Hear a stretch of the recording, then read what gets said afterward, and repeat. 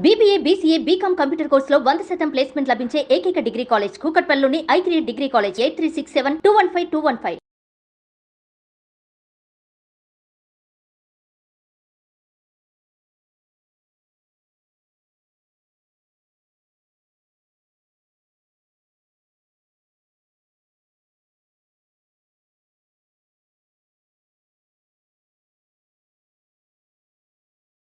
ప్రయత్నం చేద్దాం. సార్ నమస్తే అండి. ఎలా ఉన్నారు సార్? బాగున్నా. చాలా హ్యాపీగా ఉంది సార్. నాకు ఇంతకుముందు తెలీదు మీరు పద్మశ్రీ, పద్మభూషణ్ ఇవన్నీ గూడా ఎప్పుడు 2017లోనే ఆ! మీకున్నాయని.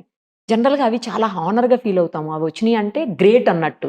బట్ మీరు ఎక్కడా ఎప్పుడు చెప్పుకోరు. ఎందుకు సార్? ఎప్పుడు డౌన్ టు ఎర్తే ఉంటారు. ఇంత ఎదిగినా గూడా మీరు.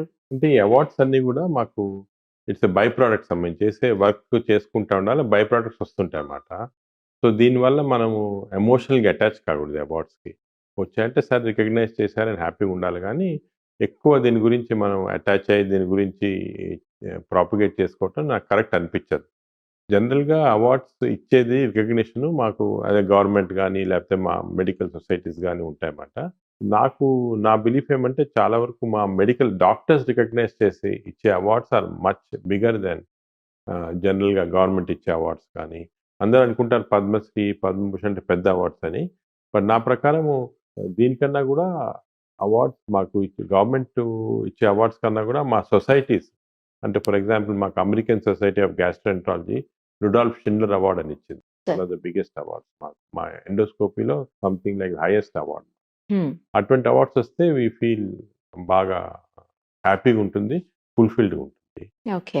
బట్ చాలా వరకు ఈ అవార్డ్స్ జనరల్‌గా ఎలాగంటే ఒక ఏజ్ వచ్చిన తర్వాత వస్తుంటాయి మీరు చేసిన వర్క్ వల్ల. దానికి పెద్ద ఇంపార్టెన్స్ ఇవ్వకూడదు. సార్ అసలు అన్నింటికి గూడా ఇప్పుడొస్తున్నటువంటి ప్రతి ప్రాబ్లమ్‌కి గట్ హెల్తే ఇంపార్టెంటు అని అందరూ మాట్లాడుతా ఉన్నారు. దాన్ని సరిగ్గా చూసుకోకపోవటం వల్లే రకరకాల హెల్త్ ఇష్యూస్ వస్తున్నాయి. అది చివరికి మరణాల వరకు దారితీసేటువంటి పరిస్థితులు. అసలు గట్ హెల్త్‌ని ఏ ఏ భాగాల్లో చూడాల్సి ఉంటుంది? ఏ రకంగా మనం ఐడెంటిఫై చేసుకోవాల్సి వస్తుంది సార్? ఇది చాలా ఇంపార్టెంట్ సబ్జెక్ట్ మీరు చెప్పింది. గట్ హెల్త్ అనేది ఇంతకుముందు ఏమనుకునేవాళ్ళంటే హార్ట్‌లో ఏమైనా ప్రాబ్లమ్ ఉంటే, బ్రెయిన్‌లో ప్రాబ్లమ్ ఉంటే అంటే కార్డియోవాస్కులర్ డిసీజ్, న్యూరలాజికల్ డిసీజ్ ఈ ప్రాబ్లమ్స్ ఉంటే మనకి ప్రాబ్లమ్స్ వస్తాయి. దీనివల్ల ప్రజలు చనిపోతున్నారు. హార్ట్ అటాక్ వల్ల గానీ, బ్రెయిన్ స్ట్రోక్ వల్ల అని అనుకునేవాళ్ళు. దీనికి చాలా ఇంపార్టెన్స్ ఇచ్చేవాళ్ళు. సార్. ఫర్ ఎగ్జాంపుల్ 40 సంవత్సరాల క్రితం నేను గ్యాస్ట్రోఎంట్రాలజీ టేకప్ చేసినప్పుడు అందరూ చెప్పారు ఈ సబ్జెక్ట్‌ని తీసుకున్నారు. దీనికి అసలు ఫ్యూచరే లేదు. అసలు మనకి గ్యాస్ట్రోఎంట్రాలజీ అంటే ప్రేగులకు సంబంధించింది. అవును. ప్రేగులకి ఏం ఫంక్షన్ తిన్న ఆహారం డైజెస్ట్ చేయటం మన బాడీలోకి తీసుకెళ్ళటం అంతే. దానికి వేరే ఇంకేం లేదు. వాట్ ఈస్ ద ఇంపార్టెన్స్ అని. కానీ ఇప్పుడు మనకు తెలిసిందేమంటే మన హెల్త్ అంతా కంప్లీట్ బాడీ హెల్త్ అంతా కూడా గట్‌లో కంట్రోల్ ఉంది. అంటే మన ప్రేగుల ద్వారా కంట్రోల్ ఉంది. అంటే మన హార్ట్ కూడా గట్‌ని కంట్రోల్ చేస్తుంది. అదేవిధంగా బ్రెయిన్‌ని కూడా మన గట్టే కంట్రోల్ చేస్తుంది. అని చెప్తాను దాని గురించి చాలా ఇంట్రెస్టింగ్ please. రీసెర్చ్ జరిగింది. Please. మనం మామూలుగా ఏమనుకుంటే ఆహారం తింటాం కదా! మన ఆహార వాహికలోకి వెళ్తుంది. దాని తర్వాత స్టమక్‌లోకి వెళ్తుంది. చిన్న ప్రేగులో, పెద్ద ప్రేగులో వెళ్ళి బయటకు వచ్చేస్తుంది మిగిలిందంతా. ఆ!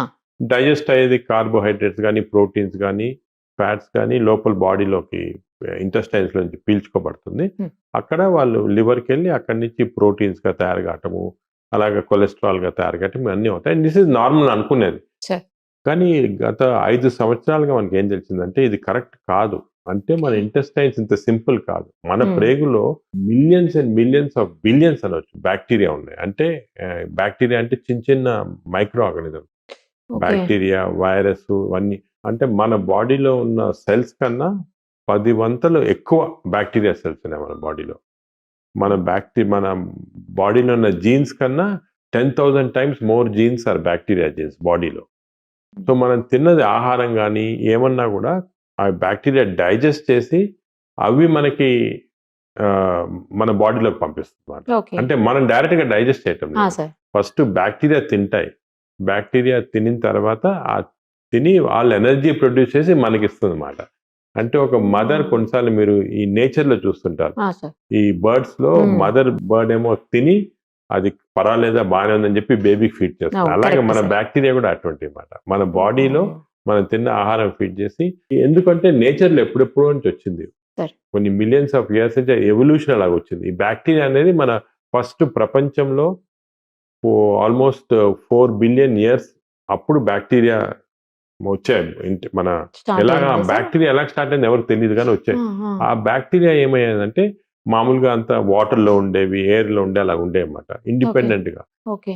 కనీసం ఒక 3-4 బిలియన్ ఇయర్స్ మన ప్రపంచంలో బ్యాక్టీరియా తప్ప వేరే ఇంకేం ఉండేది కాదు, జంతువులే ఉండేవి కాదు. అప్పుడు జంతువులు స్టార్ట్ అయిన తర్వాత ఈ బ్యాక్టీరియా జంతువుల్లోకి ప్రవేశించి మన బాడీలో ప్రతి సెల్కి మైటోకాండ్రియా అని ఉంటుంది. అంటే మన బాడీ యాక్టివిటీస్ అంతా, ఎనర్జీ అంతా మైటోకాండ్రియా నుంచి వస్తుంది. That mitochondria is nothing but ఒక బ్యాక్టీరియా సెల్లోకి వెళ్ళిపోయి ట్రాప్ అయిపోయింది అక్కడ. So it's bacteria which is energy cell house అంటాం. సార్. సో అలా స్టార్ట్ అయింది మన రిలేషన్షిప్. స్లోగా ఓవర్ మెనీ ఇయర్స్ ఈ బ్యాక్టీరియా మన చర్మం పైన ఉంటే అన్ని చోట్ల ఉంటాయి, కానీ ఇంటెస్టైన్ బ్యాక్టీరియా చాలా ఇంపార్టెంట్ అయింది. ఈ బ్యాక్టీరియాలో చాలా రకాలు ఉంటాయి, మంచి బ్యాక్టీరియా, చెడ్డ బ్యాక్టీరియా.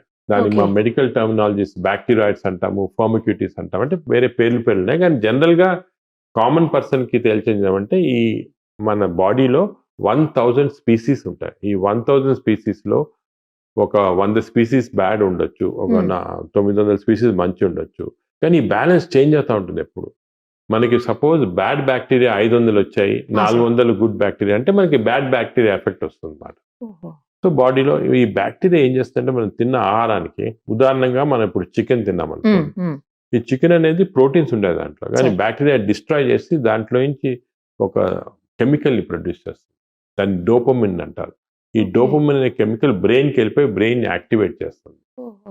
అదేవిధంగా మనము నట్స్ తిన్నాం, ఆల్మండ్ తిన్నాం అనుకోండి, దాంట్లో థైరోసిన్ అనే ఉంటుంది అన్నమాట. ఈ బ్యాక్టీరియా థైరోసిన్ ని డిస్ట్రాయ్ చేసి బ్రెయిన్ కి, హార్ట్ కి ఒక స్పెషల్ కెమికల్స్ పంపిస్తుంది. దానివల్ల హార్ట్ బీటింగ్ బాగుంటుంది, బ్రెయిన్ యాక్టివిటీ ఉంటుంది. సో మనం ఇంతకుముందు ఏమనుకున్నామంటే ఈ పర్టికులర్ ఆహారం తింటే మంచిది, యాక్టివ్గా ఉంటామని, బట్ బ్యాక్టీరియా వాళ్ళ మాట. ఇప్పుడు ఒక ఇంట్రెస్టింగ్ ఎక్స్పెరిమెంట్ కూడా చేశారు.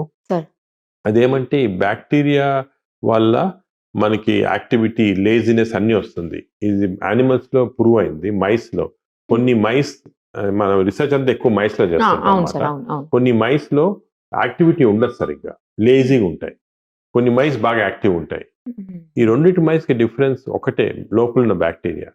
ఈ లేజీగా ఉన్న మైస్ కి మన యాక్టివ్ ఉన్న మైస్ బ్యాక్టీరియా ఇస్తే, నోట్ ద్వారా ఇస్తే అవి యాక్టివ్ అయిపోతాయి అన్నమాట. చాలా మంది పేషెంట్స్ దగ్గరికి వచ్చి అప్పుడప్పుడు చెప్పి, ఇంతకుముందు, ఇప్పుడు నాకు తెలిసింది, ఇంతకుముందు చెప్పేవాళ్ళు మాకు ఎంత అనుకుంటే కూడా ఎక్సర్సైజ్ చేయలేకపోతున్నాం, బద్ధకంగా ఉంది, పొద్దున్న లేసినే నడవాలనిపించదు అంటే తిట్టేవాళ్ళం, నువ్వు లేజీ ఫెలో, ఇది అది యాక్టివ్ ఉండాలి. కానీ ఇప్పుడు అర్థమైంది యాక్చువల్లీ వాళ్ళ బ్యాక్టీరియా కారణం వల్ల జరుగుతుంది అన్నమాట. సో ఇప్పుడు మేము కొన్ని రీసెర్చ్ కూడా చేస్తున్నాం, వాళ్ళు బ్యాక్టీరియా మారిస్తే యాక్టివ్ అయిపోతారా, బాగా ఫ్రెష్ అయ్యి కొంచెం యాక్టివిటీ ఇంక్రీజ్ అవుతుందా. సో ఇవన్నీ చాలా ఇంట్రెస్టింగ్ డేటా అవుతుంది. అదేవిధంగా మీరు ఇది కూడా చూస్తుంటారు, మీ ఫ్రెండ్స్ లో కూడా మాట్లాడుతుంటా, కొంతమంది నేను అసలు తినను, లావ్ అయిపోతున్నాను, కొంతమంది అంటారు అసలు నేను ఎంత తిన్నా కూడా కాదు. అందరు ఎగ్జాంపుల్ చెప్తారు, ఐశ్వర్య రాయ్ గారు అసలు బాగా తింటారు, అసలు ఎక్సర్సైజ్ చేయరు, లావుగానే కారు. అది కూడా మనకు ముందు అర్థం కాదు, ఇప్పుడు అర్థమైంది, అది కూడా బ్యాక్టీరియా వల్ల. ఇప్పుడు దీంట్లో కూడా మైస్ లో చేసాం, అది ఇంట్రెస్టింగ్ ఎక్స్పెరిమెంట్. మేము దీని జర్మ్ ఫ్రీ మైస్ అని ఉంటుంది. అంటే ఈ మైస్ లో ఏం జర్మ్స్ ఏ ఉండవు. మామూలుగా ఈ మైస్ తీసుకొని బాగా లావ్ ఫ్యాటీ మైస్ లో ఉన్న బ్యాక్టీరియా ఇస్తే, అంటే మోషన్స్ ద్వారా ఇస్తాం, స్టూల్ తీసుకొని ఇస్తే, ఆ మైస్, ఈ జర్మ్ ఫ్రీ మైస్ బాగా లావ్ అయిపోతున్నాయి అసలు ఏం చేయకుండా. అదేవిధంగా థిన్ మైస్ బ్యాక్టీరియా ఇస్తే సన్నగా అయిపోతున్నాయి. అసలు ఇది చాలా అన్యూజువల్ అండ్ హ్యూమన్ బీయింగ్స్ కూడా ప్రూవ్ అయింది. నేను రీసెంట్ గా కోర్ట్ కేసు విన్నాను స్టేట్స్ లో. అదేమైందంటే ఒక పేషెంట్ అల్సరేటివ్ కోలైటిస్ అని వచ్చింది మా జబ్బు. ఈ అల్సర్ అంటే బాగా కోలన్ అంతా బాగా అల్సర్స్ వచ్చేస్తాయి. ఏ ట్రీట్మెంట్ ఇచ్చినా కూడా బాగా కాలేదు.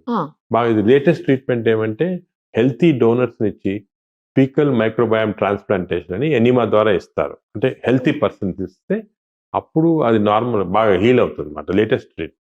సో ఈ పేషెంట్కి ఇచ్చారు, చాలా సీరియస్ పేషెంట్ బాగా అయిపోయింది, కంప్లీట్ నార్మల్ అయిపోయింది దీంతో. Great sir. నార్మల్ అయిన తర్వాత 3 months తర్వాత బాగా లావ్ అయిపోయింది. లావ్ అయిపోయిన పేషెంట్ అసలు ఎవరు బ్యాక్టీరియా ఇచ్చారు నాకు అని హాస్పిటల్ రికార్డ్ వెళ్తే ఆ బ్యాక్టీరియా ఇచ్చిన తర్వాత లావుగా ఉన్నాను. సో నేను దీనివల్ల డిజీజ్ బాగా అయిపోయింది, కానీ ఈ బ్యాక్టీరియా వల్ల లావ్ అని కోర్టు కేసు వేసింది హాస్పిటల్ పైన. ఆయన కోర్టు కేసు వేసి గెలిచింది. అంటే మన బ్యాక్టీరియా ఇంత ఇన్ఫ్లుయెన్స్ ఉంది బాడీలో. అదేవిధంగా కొన్ని కెమికల్స్ ప్రొడ్యూస్ చేస్తుంది. ఆ కెమికల్ పేరు TMAO అంటారు బ్యాక్టీరియా. ఈ కొన్ని బ్యాక్టీరియా వల్ల TMAO ఎక్కువైపోతే హార్ట్ ప్రాబ్లం వచ్చేస్తుంది. ఇంతకుముందు హార్ట్ అంటే మనం కొలెస్ట్రాల్ ఇది అని అనుకున్నాం కదా, కానీ అది కాకుండా ఇది మోస్ట్ ఇంపార్టెంట్ అయిపోయింది. మనం బ్యాక్టీరియా చేంజ్ చేస్తే హార్ట్ ప్రాబ్లమ్స్ తగ్గించవచ్చు. అది కూడా ఇప్పుడు కొత్త నాలెడ్జ్. అంటే మన గట్ హెల్త్ అంత ఇంపార్టెంట్. ఇప్పుడు అది heart, cardiac health, neuro health అందరూ అది మానేసుకొని గట్ హెల్త్ పైన కాన్సన్ట్రేట్ చేస్తున్నారు. ఎందుకంటే ఈ Okay. బ్యాక్టీరియాని మ్యానిపులేట్ చేస్తాం మనము. ఇది ఇంకోటి రీసెంట్ సైన్స్. జనరల్ గా పబ్లిక్ కూడా ఎవరికి తెలియదు. తెలీదు. ఈవెన్ అవును సార్. డాక్టర్స్ కూడా చాలా మంది తక్కువ తెలుసు. ఎందుకంటే అంతా కూడా లేటెస్ట్ రిసెర్చ్. ఇప్పుడిప్పుడే న్యూస్ లో వస్తుంది, పేపర్స్ లో వస్తుంది. మేము కూడా ఇక్కడ ఒక పెద్ద మైక్రోబయామ్ ల్యాబ్ అని సెటప్ చేస్తాం మన ఏఐజీలో. సార్. ఈ మైక్రోబయామ్ ల్యాబ్ లో we are now able to do genetic analysis of all the 1000 bacteria species. ఇంతకుముందు అది లేదు, ఓకే సార్. Technology okay. లేదు. ఓకే. దానికే కనుక్కోలేదు మేము అసలు. బ్యాక్టీరియా అంటే ఏదో అనుకున్న వాళ్ళము, కల్చర్ చేసే వాళ్ళం, కొన్ని వచ్చేవి 30 స్పీసీస్ వచ్చాయి. ఇప్పుడు ఈ మెటాజీనోమిక్స్ అని కొత్త టెక్నాలజీ వచ్చింది. 1 year నుంచి అవైలబుల్ ఉంది. అది పెట్టి మేము were able to completely analyse అన్ని. దానికి ఇప్పుడు ఒక స్పెషల్ చెకప్ కూడా కొంతమంది మాకు వస్తున్నారు డిఫరెంట్ డిజీజ్ తోటి. ఏం అర్థం కాకపోతే గట్ బ్యాక్టీరియా చెక్ చేస్తున్నాం. 1000 స్పీసీస్ చెక్ చేసి ఇప్పుడు దాంట్లో మీకు ఈ బ్యాక్టీరియా ఎక్కువ ఉంది, దీనివల్ల లావ్ అవుతున్నాం, ఈ బ్యాక్టీరియా తక్కువ ఉంది, దీనివల్ల డైజెషన్ కావట్లేదు, అంత కంప్లీట్గా వేరే అనలైజింగ్ పెద్ద రీసెర్చ్ ప్రాజెక్ట్ చేస్తున్నాము. Super sir. హెమ్స్లే అని ఒక న్యూయార్క్ ఇజ్రాయలీ కంపెనీస్ వాళ్ళతో ఒక పెద్ద రీసెర్చ్ ప్రాజెక్ట్ దాంట్లో. సో మనం ఇప్పుడు ఇంకోటి ఏమంటే దీంట్లో తమాషా, ఈ బ్యాక్టీరియా అనేవి ఒక దేశం నుంచి వేరే దేశానికి వేరేగా ఉంటుంది. మన ఇండియాలో ఉన్న బ్యాక్టీరియా వేరే, అమెరికాలో ఉన్న బ్యాక్టీరియా వేరే. అదేవిధంగా మన ఇండియాలో కూడా ఊర్లలో ఉన్న వేరే బ్యాక్టీరియా వేరే, విలేజెస్లో ఉన్న బ్యాక్టీరియా. సో మేము ఏం చేసామంటే ట్రైబల్ ఏరియాస్ ఉంటాయి కదా, మన సార్. కాకినాడలో ఉన్నాయి అవును. కొన్ని, అస్సాం ఏరియాస్ అక్కడంతా. ఈ ట్రైబల్ ఏరియాస్ నుంచి అందరు బ్యాక్టీరియా చెక్ చేసాం ఇంటెస్టైన్స్ లో. ఈ ట్రైబల్ ఏరియాలో వీడు కాకినాడలో ఉండి, అస్సాంలో ఉండి, మన ఛత్తీస్గఢ్లో ఉన్న ఈ ట్రైబల్ అందరికీ సేమ్ టైప్ ఆఫ్ బ్యాక్టీరియా ఉన్నాయి, సేమ్. వేరే హైదరాబాద్ లో సార్ ఉన్న అసలు? అతనికి, ఢిల్లీలో అతనికి వేరే బ్యాక్టీరియా. అదెలా అది సార్? ఎలాగంటే ఈ ట్రైబల్స్ కూడా మనకి ఒరిజినల్ గా ఎవల్యూషన్ లో ఫస్ట్ వచ్చి ఒక చోట ఉండిపోయారు, అందరితో మిక్స్ కాలేదు. వాళ్ళ ఈటింగ్ హ్యాబిట్స్ అన్ని కూడా కంప్లీట్ ఐసోలేటెడ్ అయిపోయారు. మనం ఓకే. ఐసోలేట్ అప్పుడున్న బ్యాక్టీరియా అలాగే ప్రిజర్వ్ అయిపోయింది. మనం వచ్చామనుకో, ఇప్పుడు హైదరాబాద్కి వచ్చామనుకోండి, ఈ మన ఊర్లలో ఏదో ఇడ్లీ దోశ తినాలి, ఇక్కడ పిజ్జా హ్యాంబర్గర్ తినాలి, బర్గర్. అంటే చేంజ్ అయిపోయింది. హ్యాబిట్ చేంజెస్ వల్ల ఒక్కొక్క చోట వేరేగా అయిపోయింది. But original bacteria is healthy bacteria. 1000 bacteria మంచి ఉండే మన బాడీలో. అన్ఫార్చునేట్లీ ఈ అర్బనైజేషన్ వల్ల బ్యాక్టీరియా చేంజ్ అయ్యి కొన్ని చెడ్డ బ్యాక్టీరియా ఎక్కువ కనిపిస్తున్నాయి. ఓహో. ఇప్పుడు ఇది కూడా మేము చూసినామంటే కొన్ని డిజీజ్ లో స్పెసిఫిక్ గా చాలా రీసెర్చ్ చేస్తున్నాం దీనిపైన. ఈ అల్సరేటివ్ కొలైటిస్ కానీ ఇవన్నీ కూడా ఊర్లలో ఉండేవి కాదు ఇంత ముందు. మన ఇప్పుడు మాకు పటాన్చెరు దగ్గర ఒక 20 విలేజెస్ మేము దత్తు తీసుకొని చేస్తున్నాం దానిపైన రీసెర్చ్. అక్కడ వర్క్ చేస్తున్నాం, అంటే అబ్బో. ఫ్రీ హెల్త్ కేర్ అంతా ఇస్తున్నాం వాళ్ళకి. Okay sir. ఓకే. వాళ్ళకి గత 20 సంవత్సరాలుగా ఫాలో చేస్తున్నాం. నేను ఫస్ట్ హైదరాబాద్కి వచ్చినప్పటి నుంచి 2000 నుంచి చేస్తున్నాం అక్కడ. Okay sir. ఈ 20 years లో వాళ్ళ బ్యాక్టీరియా కంప్లీట్ చేంజ్ అయిపోయింది. ఫస్ట్ వేరేగా ఉండేది, వాళ్ళకి ఇన్ఫెక్షన్స్ అవన్నీ ఎక్కువ ఉండేవి. ఈ లాస్ట్ 5-10 years కొంచెం గవర్నమెంట్ ఆఫ్ తెలంగాణలో బాగా వాటర్ సప్లై క్లీన్ చేసి అంతా చేశారు. ఓహో. చేస్తే ఆ ఇన్ఫెక్షన్స్ తగ్గిపోయాయి, సార్. బ్యాక్టీరియా చేంజ్ అయింది. కానీ ఇంకోటి ఏమైందంటే ఫాస్ట్ ఫుడ్స్ వచ్చేసాయి. అంటే ఇప్పుడు మీ ప్రతి చిన్న ఊరికి వెళ్తే కూడా ఒక ఇది ఉంటుంది, చిన్న కొట్టు ఉంటుంది, దాంట్లో చిప్స్, నూడిల్స్ అవన్నీ ఉన్నాయన్నమాట. అవును సో సార్. దాంతో వాళ్ళకి బ్యాక్టీరియా చేంజ్ అయిపోయి వెస్టర్న్ బ్యాక్టీరియా వచ్చి ఇప్పుడు ఈ ఊర్లలో అంత బ్యాక్టీరియా, అమెరికాలో ఏ బ్యాక్టీరియా ఉందో ఆ బ్యాక్టీరియా ఉంది వీళ్ళకి. వచ్చి వాళ్ళకి అంతా డిజీజ్ కూడా అలాగే వస్తున్నాయి, కోలైటిస్ అని కొత్త రకాలైన జబ్బులు వస్తున్నాయి ముందు లేని. సో అంత ఇంపార్టెంట్ అన్నమాట.